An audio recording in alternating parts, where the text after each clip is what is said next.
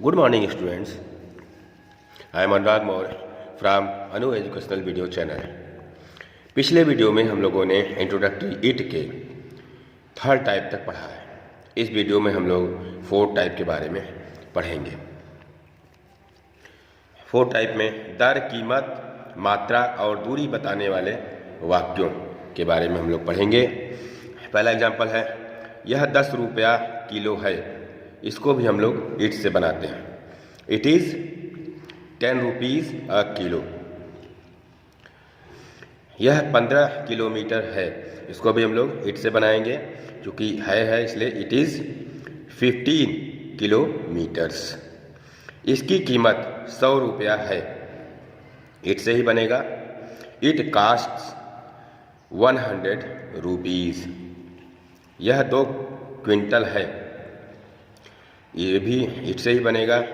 It is 2 quintals. यह 50 metre गहरा है।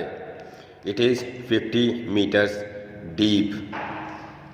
यह 10 रुपया दर्जन है, तो it is 10 rupees a dozen. Holi आने में अभी 3 दिन है। इस तरह का अगर स्ट्रक्चर रहेगा तो ये दूरी बता रहा है। इसमें हो जाएगा इट इज़ स्टिल 3 डेज। दूरी सूचक शब्द को, इट इज़ के बाद दूरी सूचक शब्द को लिखेंगे, फिर जिसको दूर बताया जाएगा उसको लिखेंगे।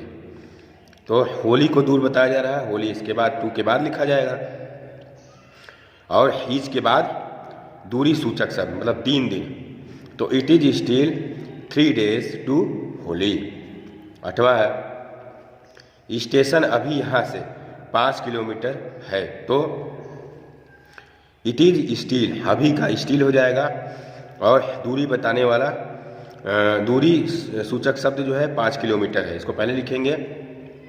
इट इज़ स्टिल 5 किलोमीटर्स, फिर 2 लगाएंगे, फिर इसके बाद जिसको दूर बताया जाए, स्टेशन को दूर बताया जा रहा है तो टू द स्टेशन, फिर यहाँ से फ्रॉम हियर, मतलब it is still 5 kilometres to the station from here.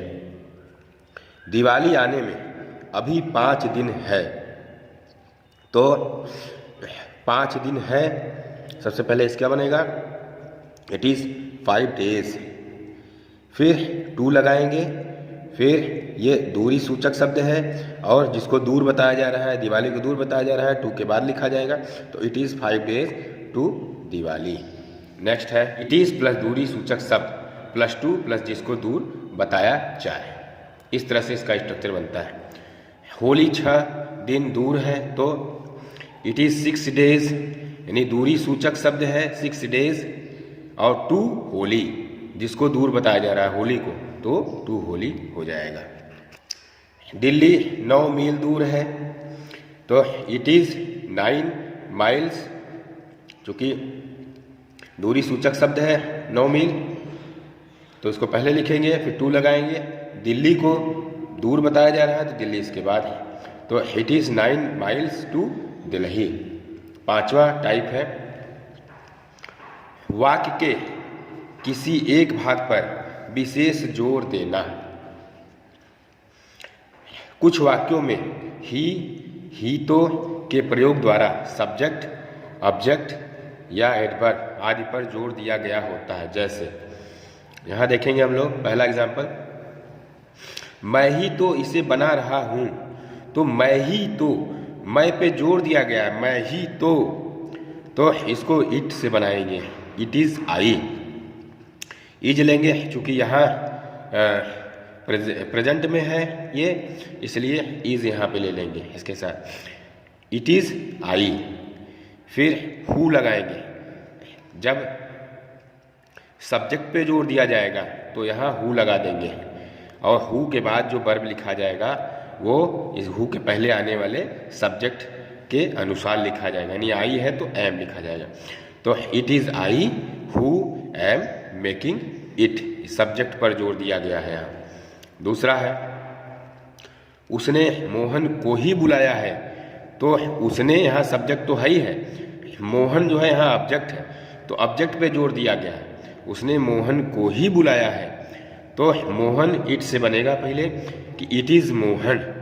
इसके बाद चूंकि ये ऑब्जेक्ट है तो ऑब्जेक्ट के बाद whom लगता है, तो इट इज़ मोहन whom, और सब्जेक्ट है उसने बुलाया है तो ही हैज कॉल्ड, ऑब्जेक्ट पर जोर दिया गया है। यहीं पर तो हम पहली बार मिले थे, तो यहीं पर जोर दिया गया है, तो यहीं पर एडवर्ब पर जोर दिया गया है, तो इसका बनेगा इट वाज हियर। अगर जगह है, जगह दिखा रहा है तो यहाँ वेयर लगेगा, या दैट भी लगा सकते हैं। तो इट वाज हियर दैट, या it was here where we met for the first time. We met माने हम लोग मिले थे पहली बार, फॉर द फर्स्ट टाइम। चौथा है, ऐसे ही तो हम इसका औचित्य ठहरा सकते हैं। तो जहाँ तरीके की बात आ जाए इस तरीके से, वहाँ हाउ लगता है, तो इट इज़ हाउ, ऐसे ही तो, ऐसे ही तो का इट इज़ हाउ। फिर इसके बाद सब्जेक्ट इसका रहेगा वी कैन जस्टिफाई दिस, इसका औचित्य ठहरा सकेंगे। तो पांचवा है, मैंने ही उसे यह सिखाया है। सब्जेक्ट पर जोर दिया जा रहा है, मैंने ही, तो इसको इट से बनेगा इट इज़ आई। फिर आई सब्जेक्ट पर जोर दिया गया है तो हु लिखा जाएगा, और इसका जो वर्ब लगेगा इस आई के अनुसार लगेगा। It is I who have taught, चूँकि यहाँ पे जो है प्रेजेंट परफेक्ट टेंस है तो आई के साथ हैव लगता है, और वर्ब की थर्ड फॉर्म, तो it is I who have taught him to it. मैं उसे ही यह सिखाऊंगा, तो यहाँ पे मैं सब्जेक्ट तो है ही है, उसे ही जो है ऑब्जेक्ट है, ऑब्जेक्ट पे जोर दिया जा रहा है। तो यहाँ पे इट इज ही या इट इज सी, लड़की है तो इट इज सी, लड़का है तो इट इज ही। फिर whom लग जाएगा, क्योंकि ऑब्जेक्ट जब रहता है, जब ऑब्जेक्ट पे जोर दिया जाता है तो whom लग जाता है। फिर आई सब्जेक्ट है ही है इसका, मैं सिखाऊंगा तो आई शैल टीच इट। सातवां है, मैं उसे यही सिखाने वाला हूँ, तो यही पर जोर दिया गया है तो इट इज़ दिस, यही हो जाएगा। फिर यहाँ दैट लगेगा, और सब्जेक्ट है ही है, मैं उसे सिखाने वाला हूँ तो I am to teach him. मैं सिखाने वाला हूँ तो आई एम टू टीच, और हिम उसे हिम हो जाएगा। आई एम अबाउट टू भी लग सकता था यहाँ पे, I am about to teach him. उसी ने तो मेरी कलम चुराई है, तो उसी ने, तो यहाँ पे सब्जेक्ट पर जोर दिया गया है तो इट इज़ ही या इट इज़ सी। तो सब्जेक्ट है इसलिए हु लग जाएगा इसके बाद, तो इट इज़ ही हु, और जो वर्ब है वो ही के अनुसार लगेगा। चूँकि ये प्रेजेंट परफेक्ट टेंस में है तो हैज़ प्लस वर्ब की थर्ड फॉर्म लगेगी, तो it is he who has stolen my pen.